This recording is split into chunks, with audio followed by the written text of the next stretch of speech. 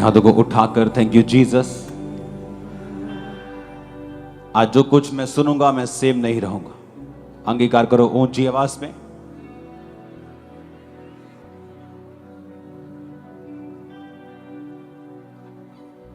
जो कुछ मैं सुनूंगा मैं सेम नहीं रहूंगा।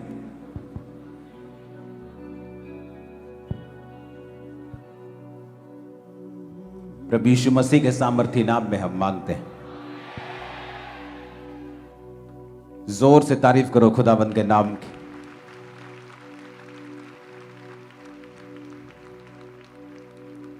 आप तैयार हैं वचन को सुनने के लिए? अपनी डालियों को उठाकर आंखों को बंद कर लो और कहो कि जिस तरह प्रभु यीशु मसीह का स्वागत हुआ था, आज मैं अपनी जिंदगियों में, अपनी लाइफ में मैं जीसस का स्वागत करता हूं। आप तैयार हैं स्वागत करने के लिए उसका? आंखों को बंद करो, अपने हाथों को उठाओ। जिसके पास डाली नहीं भी है वो अपने हाथों को उठाकर बोले, खुदावन जिस तरह यरूशलेम में डालियों के साथ तेरा स्वागत हुआ, मैं अपनी जिंदगी में आपका स्वागत करता हूं। अंगीकार करो ऊंची आवाज में।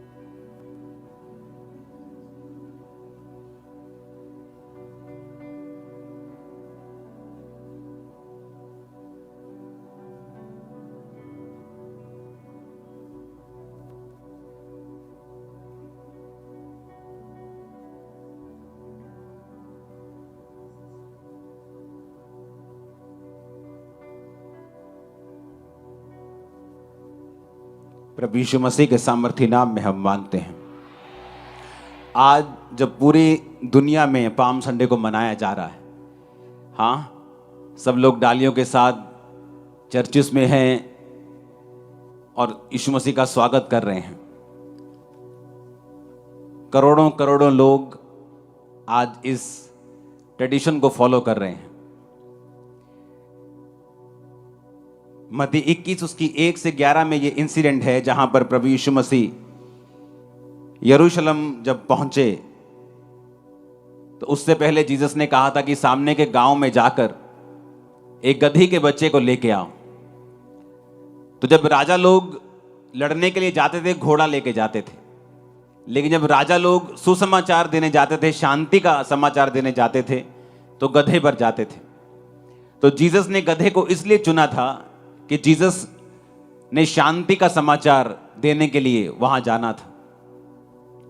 और वचन कहता है कि जब प्रभु यीशु मसीह वहां पहुंचे यरूशलेम में, तो लोगों ने खजूर की डालियां लेकर, कपड़े लेकर, अपने कपड़े लेकर, महंगे महंगे कपड़े लेकर जीसस क्राइस्ट के उस गधे के सामने बिछा दिए और वो उस पर चलता हुआ जीसस क्राइस्ट को आगे लेके जाने लगा। यह हुआ था 2000 साल पहले जब प्रभु यीशु मसीह यहां थे शारीरिक रूप में, और आपने, कलीसिया ने उसका स्वागत किया था। आज हम उसका स्वागत कैसे कर सकते हैं? क्या यीशु मसीह कहीं आने वाले हैं? तो कहां पर जाएं डाली लेकर कि प्रभु यीशु मसीह का हम स्वागत कर सकें? वचन क्या कहता है? इसलिए मैं कहता हूं कि जीसस क्राइस्ट किसी रिलीजन का नाम नहीं है, धर्म का नाम नहीं है। यीशु मसीह धर्म को बदलने के लिए नहीं आए। अगर वो धर्म को बदलने के लिए आए होते तो आज पूरी क्रिश्चियनिटी, पंजाब के 20% लोग सड़कों पर होते, लड़ रहे होते, जब सरकारें चर्चिस के ऊपर अटैक करती हैं अलग अलग तरह से, ये बोल करके ये धर्म बदलते हैं। लेकिन प्रभु यीशु मसीह धर्म बदलने नहीं, वो जीवन बदलने के लिए आए। इसीलिए जो आज मैं आपको मैसेज देने जा रहा हूं, आपको बड़े ध्यान से सुनना है और समझना है। बाइबल कहती, प्रभु यीशु मसीह ने कहा, मैं तुम्हें जीवन देने के लिए आया हूं और बहुतायत का जीवन देने के लिए आया हूं। पुराने समय में ये जीवन, ये लाइफ किसी किसी के पास होती थी। दानियल के पास थी, ये शमूएल के पास थी। किसी किसी को परमेश्वर चुनता था और ऐसी लाइफ देता था। न्यायियों के पास थी, मूसा के पास थी, वो उनसे बात करता था। लेकिन परमेश्वर ने कहा अंत के दिनों में मैं अपना आत्मा सब मनुष्यों के ऊपर उंडेलूंगा और तुम्हारे बेटे और बेटियां भविष्यवाणी करेंगे, तुम्हारे जवान जो हैं वो दर्शन देखेंगे, पूर्णीय स्वप्न देखेंगे, तुम्हारे दास दासियों पर भी मैं अपना आत्मा उंडेलूंगा। यानी परमेश्वर ने कहा जो पुराने नियम में कभी कभी किसी किसी के ऊपर होता था, नए नियम में जीसस क्राइस्ट के जन्म के और जी उठने के बाद वो सबके साथ होगा जो उसके नाम को कबूल करेगा। वो लाइफ सबके पास होगी। अब क्या परमेश्वर ये चिंता करता है कि आप डालियों के साथ उसका स्वागत कर रहे हैं? क्या ये रियल में जीसस क्राइस्ट का स्वागत है? क्या ये सच में आप जीसस का स्वागत कर रहे हैं? क्या इस तरह करने से आप यीशु मसीह का स्वागत कर लेंगे? आज मैं आपको बताता हूं किस तरह से चाहता है परमेश्वर कि आप उसका स्वागत अपनी लाइफ में करें। और अगर आपने ये वचन सुना और ध्यान से समझा, आपकी लाइफ आज के बाद सेम नहीं होगी। वचन कहता है दानियल 1 में, यहूदा के राजा यहोयाकीम के राज्य में 3रे वर्ष में बेबीलोन के राजा नबूकदनेस्सर ने यरूशलेम पर चढ़ाई करके उसको घेर लिया। परमेश्वर ने यहूदा के राजा यहोयाकीम को परमेश्वर के भवन के कई पात्रों सहित उसके हाथ में कर दिया और उसके पात्रों को शिनार देश में अपने देवता के मंदिर में ले जाकर अपने देवता के भंडार में रख दिया।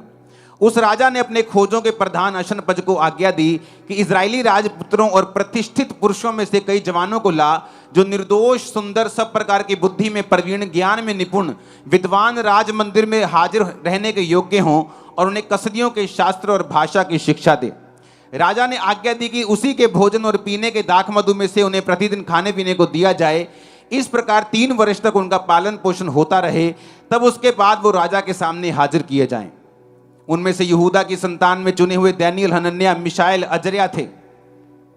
अब बाइबल कहती है कि एक राजा ने, बेबीलोन के राजा ने यरूशलेम पर चढ़ाई की।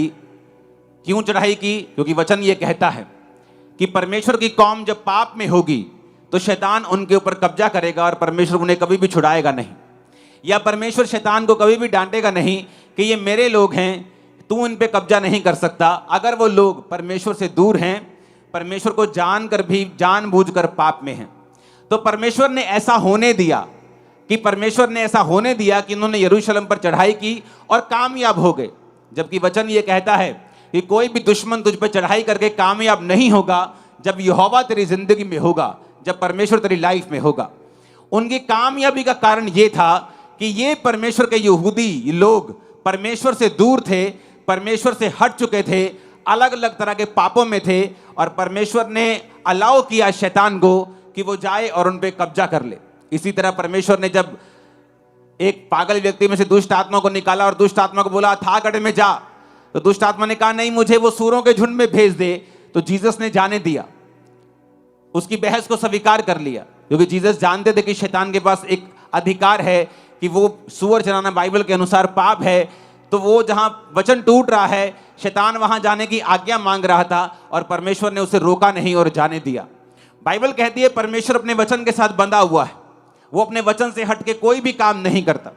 अब हुआ क्या, ये 4 बच्चे, 4 जवान जो यहूदियों में से चुने गए कि वो राजा के पास रहेंगे, राजा के पास रह के राजा के तरीके की शिक्षा सीखेंगे और फिर राजा के भवन में ही काम करेंगे। तो काम करने से पहले 3 साल उनको सिखाया जाए, उनका खाना चेंज किया, उनका पीना चेंज किया, शिक्षा चेंज की, राजा के सामने कैसे हाजिर होना है वो सारा कुछ सिखाने के लिए उनको अलग कर दिया गया। 8 आयत में लिखा, दानियल ने अपने मन में ठान लिया कि वो राजा का भोजन खाकर और उसके पीने का दाख मधु पीकर अपवित्र ना होए, इसलिए उसने खोजों के प्रधान से विनती की कि उसे अपवित्र ना होना पड़े।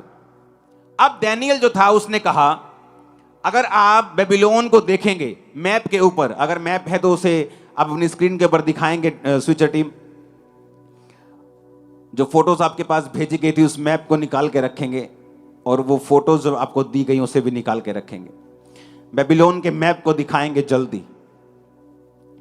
उस अगर मैप को आप देखेंगे कि बेबीलोन कहां पर था, बेबीलोन एक ऐसी जगह के ऊपर था जहां तीनों दिशाओं में समुद्र लगता था। तब जब बेबीलोन आज से 2000 साल के पहले से, मैं बात यीशु मसीह के जन्म से भी सैकड़ों साल पहले की बात कर रहा हूं, तो वहां पर तीन जगहों के ऊपर तीनों दिशाओं में समुद्र लगता था। और अगर आप स्टडी करेंगे बेबीलोन की, तो बेबीलोन की स्टडी ये बताती है कि उन लोगों का जो खाना था वो लॉबस्टर था, जो सी फूड होता है। कितनों को मालूम है sea food? Prawns, lobster, shellfish, है ना, ऐसी जो शेल वाली फिशेस होती हैं, वो सारी। अभी तक आपके फोटो आ जानी चाहिए थी। ये रहा, अपनी स्क्रीन पे देखो। ये जो आपको डार्क हिस्सा मिल रहा है, ये पुराना बेबीलोन है। ये बेबीलोन का हिस्सा था। यरूशलेम उसके बिल्कुल पास आपको दिखाई देगा, लाल समुद्र दिखाई देगा, मिस्र दिखाई देगा। और ये आपको समुद्र से इधर भी समुद्र से इधर भी समुद्र से घिरा हुआ। अगर आप जापान में चले जाएं, अगर आप मलेशिया में चले जाएं, आप सिंगापुर में चले जाएं, जो एरिया समुद्र के साथ लगते हैं, गोवा में चले जाएं, केरला में चले जाएं, तमिलनाडु में, कन्याकुमारी में चले जाएं, आपको वहां आप देखेंगे कि लोगों का मुख्य भोजन जो है वो सी फूड है। लॉबस्टर्स खाते हैं, वो अलग अलग तरह की प्रॉन्स खाते हैं वो। अगर आप बेबीलोन की स्टडी करें तो बेबीलोन के लोग जो मेन उनका मीट था, अगर आप फॉरेन में चले जाएं तो लोग खाने को मतलब मीट समझते हैं आज भी। मतलब ये जो हम खाते हैं, ये जो पत्ते गोभी, ये उनके लिए सैलेड है, ये उनके लिए एक सैलेड, एक ऑप्शन है, खाना नहीं है। हमारे लिए वो खाना है, लेकिन उनके लिए वो सैलेड है। तो बेबीलोन के जो लोग खाते थे वो था हॉर्स मीट, घोड़े का मीट, सुअर का मीट, प्रॉन्स, शेल फिशेस। ये सारी डिशेस आपके सामने आ रही। ये घोड़े, ये प्रॉन्स, ये घोड़े का मीट, ये सुअर का मीट, जितने भी मीट हैं ऐसे जो आज लोग खाते हैं, क्रिश्चियन लोग भी खाते हैं, क्योंकि बाइबल में नए नियम के बाद, प्रार्थना करने के बाद चीजों को शुद्ध कर दिया गया। ये लॉबस्टर्स, ये सारी चीजें बाइबल में मना थी उस समय।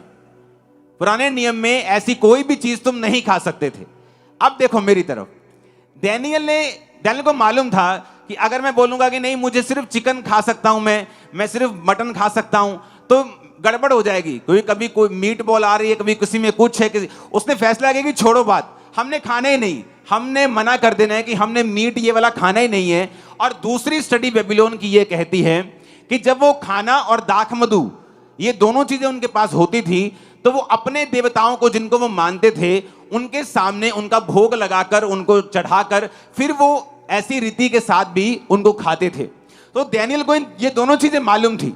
उसने मन में ठान लिया। ठानने का मतलब पता क्या होता है कि उसको मालूम था कि मैं अगर ये करूंगा तो परमेश्वर मेरे से प्रसन्न नहीं होगा, परमेश्वर मेरे से खुश नहीं है। मुझे विपरीत परिस्थितियों में भी परमेश्वर के वचन पे चलना होगा अगर मैं सचमुच प्रभु से प्यार करता हूं तो। आज लोग डालियां उठा के लंबे लंबे हाथ ऐसे तो कर सकते हैं, लेकिन क्या उनकी लाइफ में सचमुच परमेश्वर है? क्या उन्होंने प्रभु का स्वागत अपनी जिंदगियों में किया हुआ या नहीं? अगर नहीं किया हुआ तो डाली चाहे इससे भी बड़ी लेके ऐसे ऐसे कर लो, परमेश्वर के राज्य में उसकी कोई भी वैल्यू नहीं है। अगर आपकी लाइफ में जीसस क्राइस्ट हैं, फिर उसकी वैल्यू है जो आप कर रहे हैं। आमीन। चाहे आप एक दास को ठंडा पानी नहीं पिला रहे, चाहे आप एक डाली क्यों नहीं लेके आ रहे, चाहे आप हालेलुया बोल रहे हैं, फिर सब चीजों का मतलब भी है, सब चीजों का असर भी है, सब चीजें आपके लिए फायदेमंद भी हैं। लेकिन अगर जीसस क्राइस्ट का वचन आपके हृदय में नहीं है, विपरीत परिस्थितियां, वो यंग एज में अपने घर वालों से अलग कर दिए गए। डैनियल बोल सकता था कि भाई मैं छोटा सा हूं, राजा को अगर बोलूंगा, राजा के बंदे को, मुझे ये नहीं खाना, मुझे ये नखरे करूंगा, अगला मारेगा, अगला निकाल देगा, मृत्यु दंड दे देगा। लेकिन वचन कहता है कि डैनियल ने मन में ठान लिया। एक चीज आप ठान लेते कि नहीं, अब ये काम नहीं करना है, अब ये पाप नहीं करना है, नहीं अब नहीं झुकना शैतान के सामने, नहीं अब व्यभिचार में नहीं जाना है, नहीं मुझे अब ये काम नहीं करना है, नहीं मुझे बपतिस्मा लेना है, नहीं अब मुझे नहीं डरना है, नहीं अब मुझे सुसमाचार देना है, अब मुझे किसी बात की परवाह। ठान लेना। बाइबल कहती जब उसने मन में ठान लिया कि वो नहीं खाएगा, अगली आयत देखो, स्वर्ग खुला उसके लिए। क्या लिखा? लिखा परमेश्वर ने खोजों के प्रधान के मन में डैनियल के प्रति कृपा और दया भर दी। इसको इंग्लिश में है लिखा हुआ है, हां लिखा हुआ है, इंग्लिश में पढ़ेंगे अपनी स्क्रीन के ऊपर।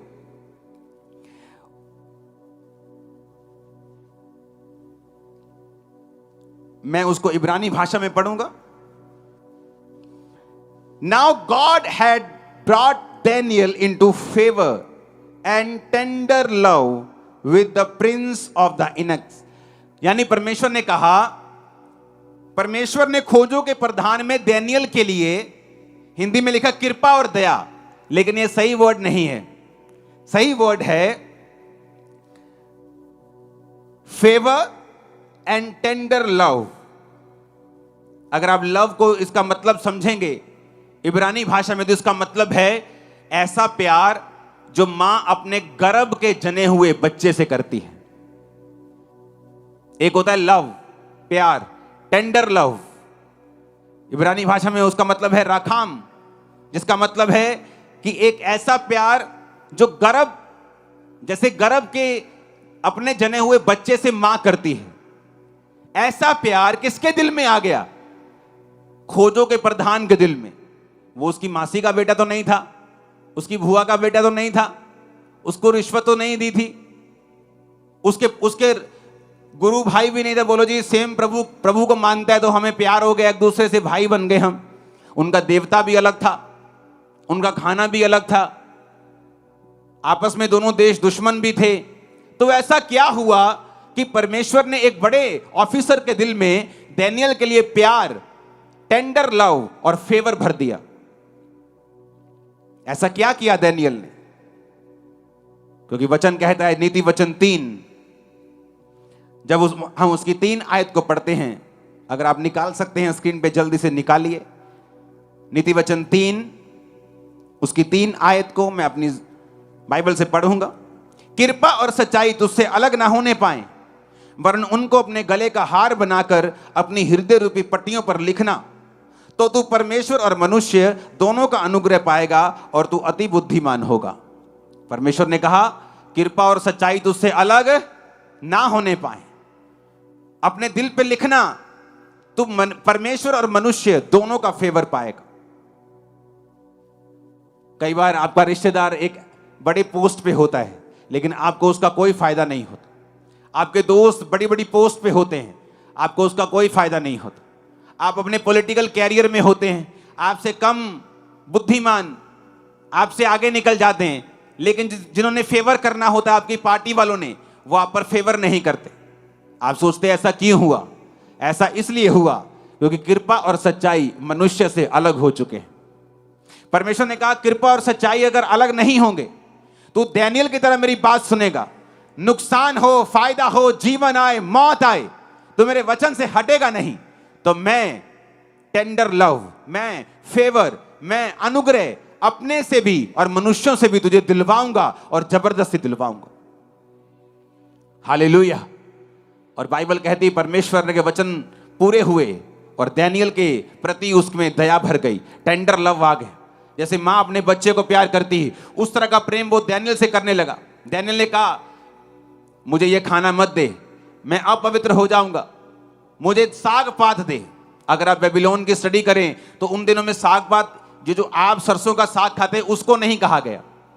साग पात का मतलब है वेजिटेबल्स, सब्जियां, दालें, वेजिटेरियन फूड। उसने कहा मुझे दे दे, क्योंकि मेरा तुम्हारे साथ मिलता नहीं है, तो मुझे वेजिटेरियन फूड दे। उसने कहा नहीं, तुझे वेजी फूड दूंगा तो तुझे में प्रोटीन की कमी हो जाएगी, प्रोटीन की कमी हो जाएगी तो तेरे चेहरे पे वो चिकनाहट नहीं होगी, तू चमकदार नहीं होगा, सुंदर नहीं होगा, राजा तुझे देख लेगा तो मेरी शामत आ जाएगी। उसने कहा ऐसा करते हैं, 10 दिन तक तू मुझे यही वेजिटेरियन फूड दे और बाकी लोगों को, बच्चों को तू जो देना है दे। 10 दिन के बाद हमारे चेहरे, हमारे शरीर जांचे जाएं, अगर चिकने निकले, सुंदर निकले तो हमें फिर यही देना। और वचन कहता है कि 10 दिन के बाद जब वो जांचे गए, डैनियल और उसके 3 साथियों के चेहरे दूसरों से कहीं अधिक चमकदार, चिकने और अधिक सुंदर और अधिक हेल्थी थे उन तीनों से, उन सभी से जो उनके साथ थे। हालेलुया। कैसे हुआ? जब डैनियल ने वचन को समझा। अब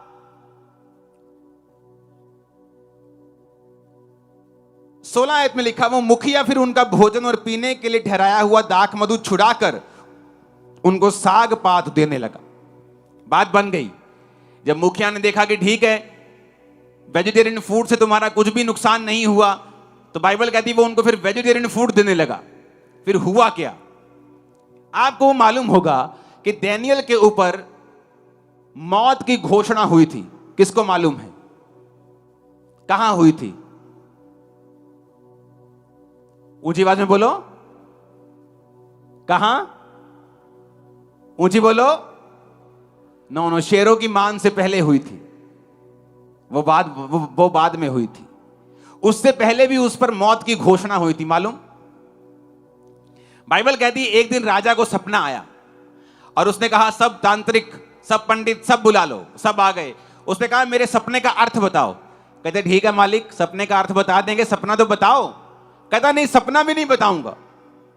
वो सारे कहने लगे भाई साहब अगर आप सपना भी नहीं बताओगे तो हम अर्थ कैसे बता देंगे? ये तो कोई देवता ही बता सकता है, हम तो नहीं बता सकते। बाइबल कहती राजा झुंझला गया और राजा ने आज्ञा दी अपने सेनापति को कि इस देश के सारे पंडित, तांत्रिक सब नाश कर दिए जाएं। जब आज्ञा निकल गई तो बाइबल कहती है लोग डैनियल को और उसके 3 साथियों को, शद्रक, मेशक, अबेदनगो को ढूंढने लगे कि वो भी उसी ग्रुप में थे, स्पिरिचुअल ग्रुप में, तो वो भी नाश किए जाएं। ये पहली आज्ञा थी मौत की जो डैनियल के लिए निकली थी। बाइबल कहती जब अर्योक नाम का सेनापति, जब राजा का कर्मचारी डैनियल के पास उसको पकड़ने के लिए गया तो डैनियल ने बड़ी बुद्धिमानी से पूछा कि यार इतनी काली क्यों की, इतनी जल्दी से आज्ञा क्यों निकाली गई है? उसने कहा कि ऐसे ऐसे कोई भी राजा के स्वप्न का मतलब नहीं समझा सका, तो राजा ने आज्ञा दी सब ये बेकार है, सारे पंडित तांत्रिक सब मार दो। उसने कहा ठीक है, कल एक समय नियुक्त करो, मैं राजा के पास आऊंगा और मैं उसके स्वप्न का अर्थ मैं बताऊंगा। डैनियल घर में गया, तीनों साथियों को बोला, शद्रक, मेशक, अबेदनगो को, कि ऐसे ऐसे राजा ने आज्ञा निकाली है, तो हम चारों भी साथ में मरेंगे। तुम प्रार्थना करो कि परमेश्वर अपने भेदों को दे। और बाइबल कहती है रात को परमेश्वर ने सपने में डैनियल को सारा सपना बताया जो राजा को आया था। हुआ कैसे? क्या ये इमरजेंसी घटना थी? क्या एकदम से एक इमरजेंसी हुई और डैनियल ने प्रार्थना की और सडनली उसका गिफ्ट काम करना शुरू कर गया? ऐसा नहीं था। यह घटना तब हुई, यह गिफ्ट तब काम कर रहा था जब डैनियल उस खाने को मना कर रहा था। क्योंकि 17 आयत में लिखा है जब मुखिया ने उनका भोजन छुड़ा दिया, 17 आयत में लिखा परमेश्वर ने उन चारों जवानों को सब प्रकार की विद्याओं में बुद्धिमानी और प्रवीणता दी और डैनियल सब प्रकार के दर्शन और स्वप्न के अर्थ का ज्ञानी हो गया। हालेलुया! जोर से हालेलुया बोलो, खड़कने वाला जरा। कब कब कब हुआ ऐसा? जब भी, मेरी बात कान खोलकर सुनना, जब भी तुम अपने स्वाद, अपने जीवन, अपनी इच्छाओं, अपनी अभिलाषाओं को मार दोगे, कुछ ऐसा पैदा होगा जो फ्यूचर में तुम्हें जीवन देगा। मैं आपको सच कह रहा हूं। वो गिफ्ट जो डैनियल के पास था राजा का स्वप्न बताने का, जब वो राजा के सामने गया, राजा ने कहा बता चल। उसने कहा राजा तूने एक मूर्ति देखी है जिसका सिर सोने का है, छाती और भुजाएं चांदी की हैं, पेट और जांघ पट पीतल के हैं, टांगे नीचे वाली लोहे की हैं, पांव उंगलियां लोहे और मिट्टी की हैं। और उसने अर्थ समझाया और राजा डैनियल के सामने दंडवत कर गया, सिर झुका दिया और कहा कि सचमुच परमेश्वर तुम्हारे बीच में है। हुआ कैसे? लोगों को यह बात मालूम नहीं। क्रिश्चियनिटी की शुरुआत तुम्हारी लाइफ में होती है जिस दिन तुम अपनी जीभ के ऊपर, अभिलाषाओं के ऊपर, आंखों के ऊपर कब्जा करना सीख लेते हो। जिस दिन तुम सीख लोगे, फ्यूचर में जो चीज तुम्हें सेव करने वाली है वो आज से परमेश्वर तुम्हारी लाइफ में देना शुरू कर देगा। इमेजिन करो डैनियल डर जाता या स्वाद में बहक जाता। वो सभी खाने की डिशेस पूरी दिखाओ स्क्रीन के ऊपर, चारों डब्बियों में, 4 डब्बियां बना लो इसकी। आप इमेजिन करो, आपके सामने, आपने रोज आपके सामने मेथी आ रही है, मेथी आलू कोड़े कोड़े, और आपके सामने 4-5 लोग रोज अलग अलग तरह की फाइन डिशेस खा रहे हैं। आप सोच रहे हो यार चंगा मैं मसीह आ गया, मेरा तो सारा काम ही खराब हो गया।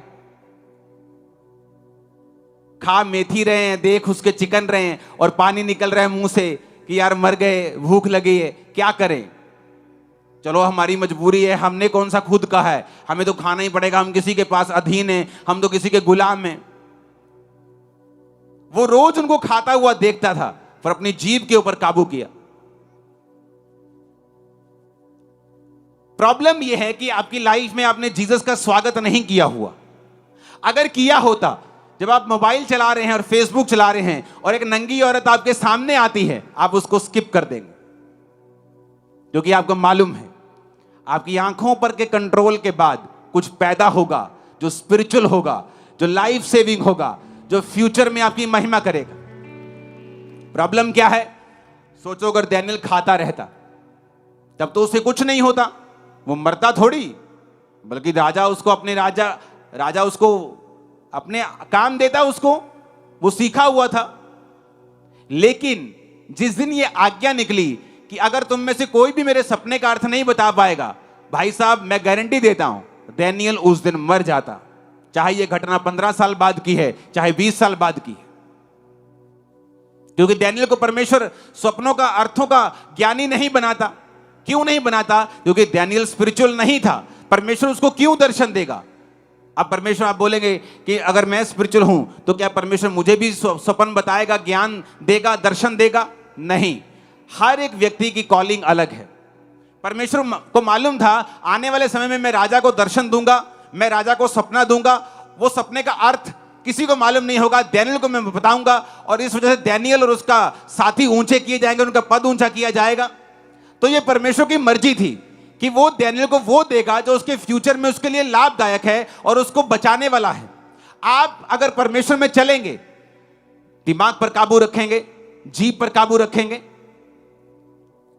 डर पर काबू रखेंगे, आंखों पर काबू रखेंगे, परमेश्वर आपको आज वो देगा जो कल आपको सेफ करेगा, ऊंचा करेगा, ग्लोरियस करेगा, इज्जत देगा, महिमा को बढ़ाएगा। आमीन। ऊंचा चाहिए।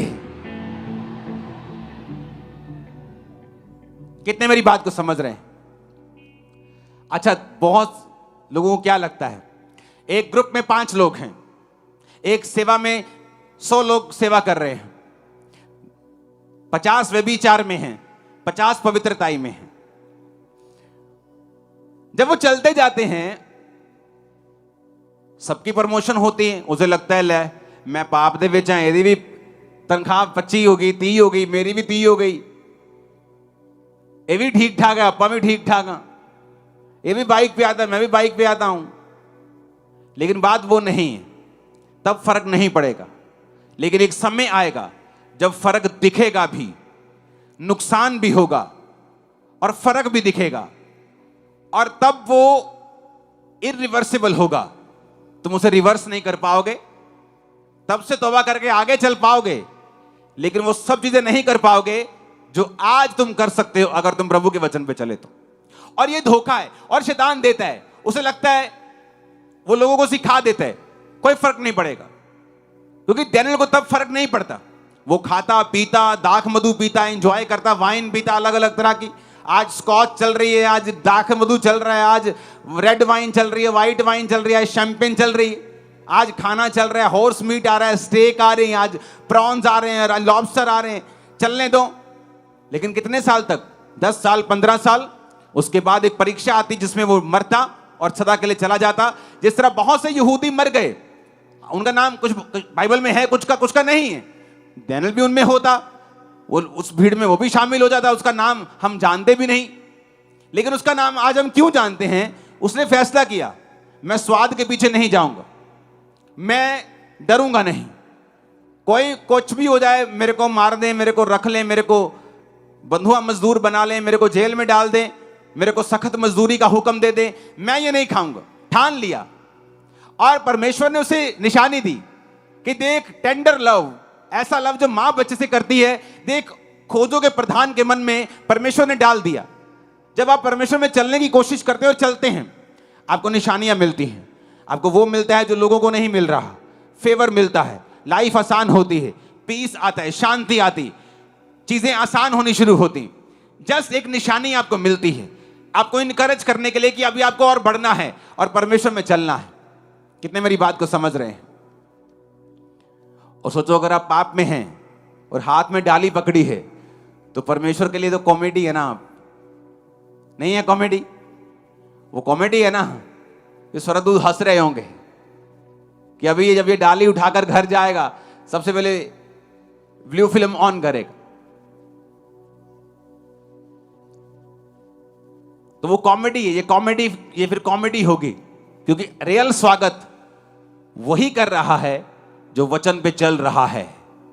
दुखों में भी, सुखों में भी, बढ़कर भी, घटकर भी, आगे जाकर भी, पीछे रह के भी, फ्रंट पे आके भी, बैक पे रह के भी। कितने मेरी बात को समझ रहे हैं? आदम जीभ के स्वाद में मरा, वो खाया जो नहीं खाना था। डैनियल भी उसी स्वाद में मरना चाहता, मर सकता था लेकिन नहीं मरा। जीसस को भी शैतान ने उसी स्वाद में मारना चाहा, पत्थरों को बोलिए रोटियां बन जाएं। जीसस ने कहा नहीं, वचन से जिंदा रहेंगे, रोटियों से नहीं। आमीन। क्रिश्चियनिटी में मैं हैरान होता जब काउंसलिंग टीम आपकी रिपोर्ट देती है कि लोग रोजे नहीं रखते हैं, फास्ट ही नहीं रखते हैं, व्रत ही नहीं रखते परमेश्वर में। इमेजिन करो, क्रिश्चियन होके आपने उपवास किया ही नहीं, तो कैसे क्रिश्चियन है आप? मेरे को शुगर है जी, मेरे को बीपी है जी, मेरे को धमकाना है, मेरे को फलाना है, 2 बजे तक रख लो, दवा खानी 2 बजे के बाद खा लो। जब टेस्ट कराने होते फिर तो तुम 5 बजे तक भी भूखे रह लेते हो। जब डॉक्टर बोले तो तुम फास्टिंग भी कर लेते हो, लेकिन परमेश्वर में नहीं रखना चाहते। इसीलिए जब जरूरत होती है तो परमेश्वर नजर नहीं आता। जब डैनियल को जरूरत थी तो इमरजेंसी नहीं थी कि प्रभु मेरे को कुछ नहीं पता, आज मेरे पे जाहिर कर। कुछ जाहिर नहीं होता, लेकिन वचन कहता है उस वरदान में, उस गिफ्ट में वो बढ़ चुका था। उसे मालूम था किस तरह से। मान लो एक व्यक्ति से मैं मिल रहा हूं, वो आया हेलो हेलो की। अगर मुझे ये जानना है कि परमेश्वर इसकी लाइफ में क्या चाहता है, तो आपको मालूम मैं क्या करता हूं? मैं अंदर से प्रेयर शुरू करता हूं कि प्रभु मुझे इसकी लाइफ दिखा, मैं इसकी लाइफ देखना चाहता हूं। अदरवाइज आप 500 बार मेरे आमने सामने जाएंगे, अगर मेरा ध्यान नहीं है तो मैं आपके लिए कुछ नहीं बोलूंगा। लेकिन अगर आप मेरी निगाह में आ गए और मैं आपके लिए प्रेयर कर रहा हूं और मैं आपसे पूछ रहा हूं खुदावंद इसके मुझसे बात कर, तो वो बात करना शुरू करता है। डैनियल उस गिफ्ट में ऑलरेडी था, क्योंकि जैसे ही उसने परमेश्वर की आज्ञाओं को माना, 17 आयत में लिखा है डैनियल सब प्रकार के दर्शन और सपनों के अर्थ का ज्ञानी हो गया। तो परमेश्वर उसको ज्ञानी कर रहा था। अब डैनियल को मालूम था कि अगर मुझे राजा के दिल में जाना है तो किस तरह से जाना है। वो प्रेयर करके वो सोया, उसे मालूम था कि वो उस गिफ्ट को यूज करने का आदी हो गया था। उसे मालूम था कि मैं इसमें जा सकता हूं। कितने मेरी बात को समझ रहे हैं? हालेलुया। आपने गाड़ी सीखी नहीं, आप शराब पीते रहे, आप इंजॉय करते रहे, और सडनली किसी ने आपको 6 लेन जहां जाती है, हजारों गाड़ियां चल रही हैं, ट्रक चल रहे हैं, आपको गाड़ी के स्टीयरिंग में बिठा दिया। आप जितना मर्जी कर लें प्रभु प्रभु, आप बचने वाले नहीं, क्योंकि प्रभु ने आपको पहले मौका दिया था सीखने का। लेकिन अगर आपको परमेश्वर ने सिखाया हुआ है गाड़ी को, और सडनली एकदम से आपको रोड के बीच में कोई स्टीयरिंग पकड़ा दे, आप बाय ग्रेस फिर भी चला लेंगे और बच जाएंगे। कितने मेरी बात समझ रहे हैं? तो वो चलाना सीखता था, चलाना आ गया था, चाहे बड़ी गाड़ी नहीं चलाई थी, लेकिन उसको मालूम था मुझे कैसे किधर जाना है। और जब जरूरत हुई तो उसने कहा प्रार्थना करो आज रात कि मैं उस गिफ्ट में जाऊं और परमेश्वर मुझे इस्तेमाल करे और अपने वरदान को मुझ पे, अपनी इच्छाओं को मुझ पे जाहिर करता हुआ राजा के दिल को बताए। और ऐसा हुआ। लेकिन उस बड़े वरदान की शुरुआत कहां हुई? जीभ के स्वाद और डर से मुक्ति पाने के लिए। मैं नहीं डरूंगा, राजा का भोजन नहीं खाऊंगा, ये टेस्टी लगे, अपीलिंग लगे, सुंदर लगे, शरीर के लिए अच्छा लगे कि चलो शरीर होगा तो सेवा करेंगे, खाओ चलो कोई बात नहीं, मीट तो मीट ही है, कोई बहाना नहीं लगाया।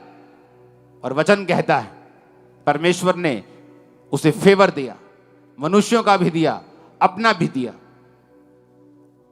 हेवनली सपनों का अर्थ बताने का, स्वर्गीय सपनों का अर्थ बताने का वो ज्ञानी हो गया। और धरती के ऊपर जो उसके आसपास लोग थे, बड़े बड़े ऑफिसर्स थे, वो उसके हक में बोलने लगे। मनुष्यों का भी फेवर आया और परमेश्वर का फेवर भी आया।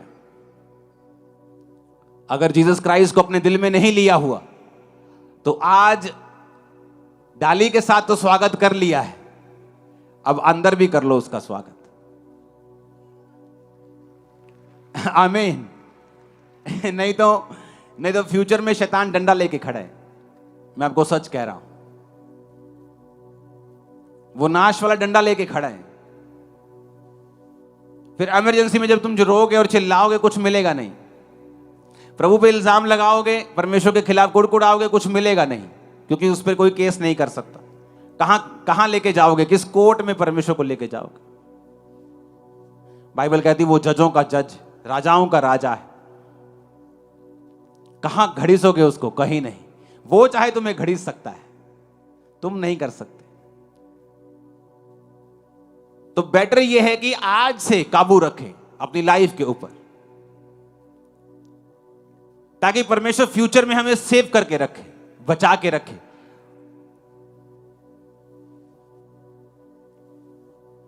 दाऊद ने गोलियत को मारा कि नहीं मारा? किसने कहा मारा? अरे कॉन्फिडेंस रखो, मारा। कैसे मारा? गोफन से। कब चलाना सीखा गोफन? जब वो बिल्कुल छोटा था। परमेश्वर तब आपकी तैयारी करता है जब आपकी लाइफ में कुछ नहीं है, आपको लगता है परमेश्वर मेरे संग नहीं है, जीवन में संघर्ष चल रहा है, वो तब आपकी तैयारी करता है। और बाइबल कहती है जब वो उस संघर्ष के दिनों में भी प्रभु के साथ वफादार रहा, एक समय आया जब गोलियत को मारना था, तब उसने प्रेयर नहीं की। उसे मालूम था परमेश्वर उसके संग है, क्योंकि वो वरदान परमेश्वर ने पहले से उसकी लाइफ में एस्टेब्लिश किया हुआ था। मेरी बात समझ आ रही कि नहीं?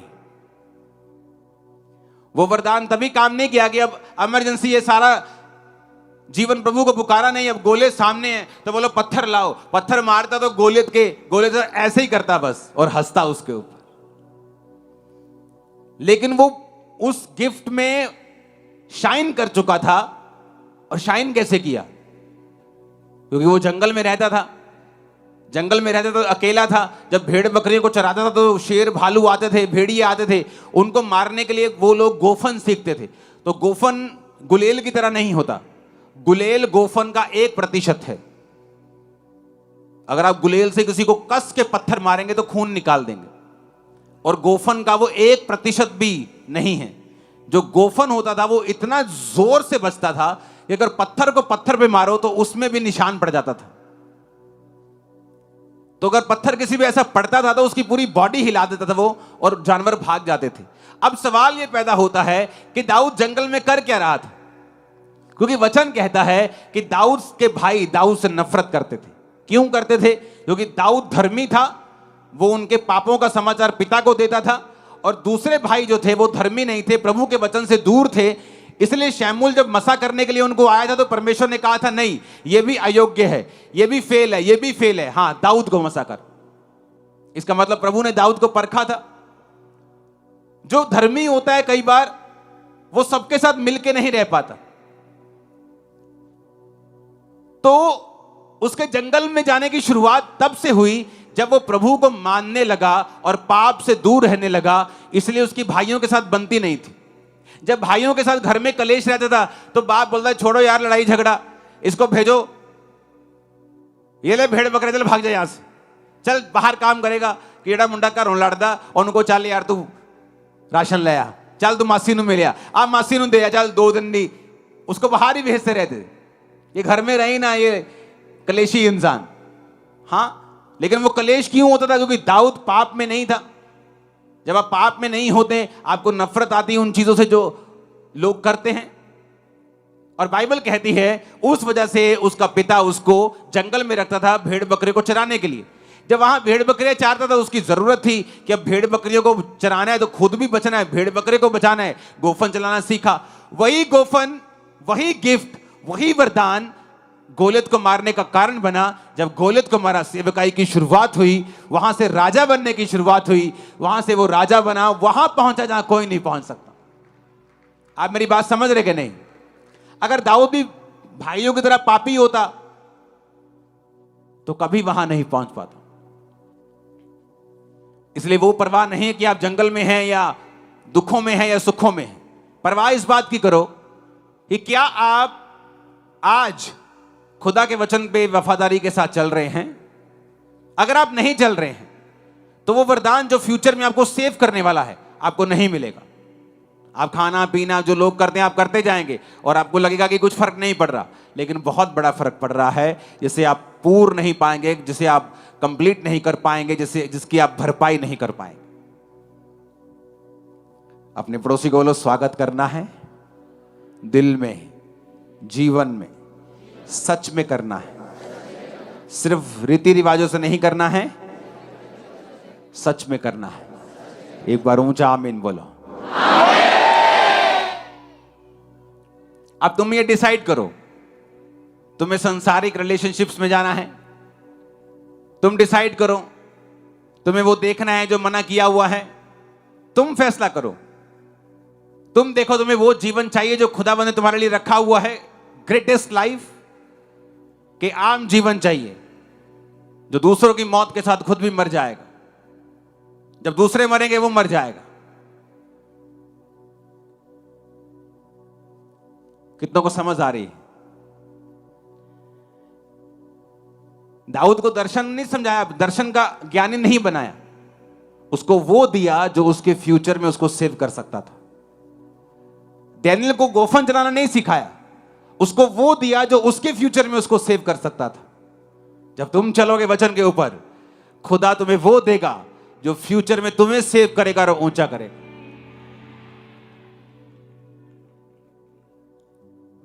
जिस दिन ये वचन समझ आ जाएगा, लाइफ सेटल हो जाएगी। अब देख लो, चुगलियां करनी है घर बैठकर वेले टाइम में, कि परमेश्वर के वचन पे चलना है, वचन पढ़ना है, क्योंकि जो सेव करने वाली चीज है वो तुम्हारा स्किल, पढ़ाई, तुम्हारी वाकफियत, पैसा नहीं है। पंडित कितने कितने अमीर थे उस जमाने में बेबीलोन के, तुम सोच भी नहीं सकते। बड़े बड़े महलों वाले थे, समय पर पैसा नहीं बचा सका। राजा के करीबी थे, नहीं बचा सका। उसी वरदान ने बचाया जो डैनियल के अंदर था। और वो कैसे आया मैं आपको बता चुका हूं। जब आप छोटे लेवल पे, स्मॉल लेवल पे पाप को मना करें, जीसस को हां करें, वो आपको वो देगा जो दुनिया नहीं दे सकती। और आमीन ऊंचे वाला चाहिए चर्च। अगर आपने ऐसा वचन सुना है ना, मैं कहता हूं प्रेयर की भी जरूरत नहीं आज आपको। अगर आपने सुन लिया ना आज और समझ लिया कि कैसे ग्रेट लाइफ की शुरुआत होती है, मुझे बड़ा बनना है, मुझे आत्मा में बढ़ना है, मुझे सबसे अधिक ऐसा करना है, छोटे से शुरुआत होती है। जो आपके सामने डिसीजन है उसे लो, जो राइट है वो लो। बहाना कोई चलेगा नहीं, कोई एक्सक्यूज नहीं चलेगा। खुदावंद आपको बरकत दे और वो आपको बढ़ाए। पाम संडे आपकी लाइफ में ब्लेसिंग्स और खुशियों से भरा हुआ हो और ये शांति को लेके आए और बरकतों को लेके आए। आमीन। स्वागत कर लिया है उसका दिल में कि नहीं? सोच लिया है कि अब ये काम नहीं करना, हाँ या ना? टाइम लगता है। दाऊद एक दिन में सब कुछ नहीं सीख गया, टाइम लगता है। डैनियल एक दिन में नहीं सीखा, सालों लगते हैं। लेकिन जब ये जीवन बन जाता है, कोई इसे बिखेर नहीं सकता। तुम्हारे पाप बिखेर सकते हैं, सिर्फ शैतान की कोई मजाल नहीं तुम्हें छुए, कोई विरोधी तुम्हें टच नहीं कर सकता। ये तुम्हें बढ़ाने के लिए पैदा होते हैं, मशहूर करने के लिए पैदा होते हैं, आमीन ऊंचे वाला चाहिए।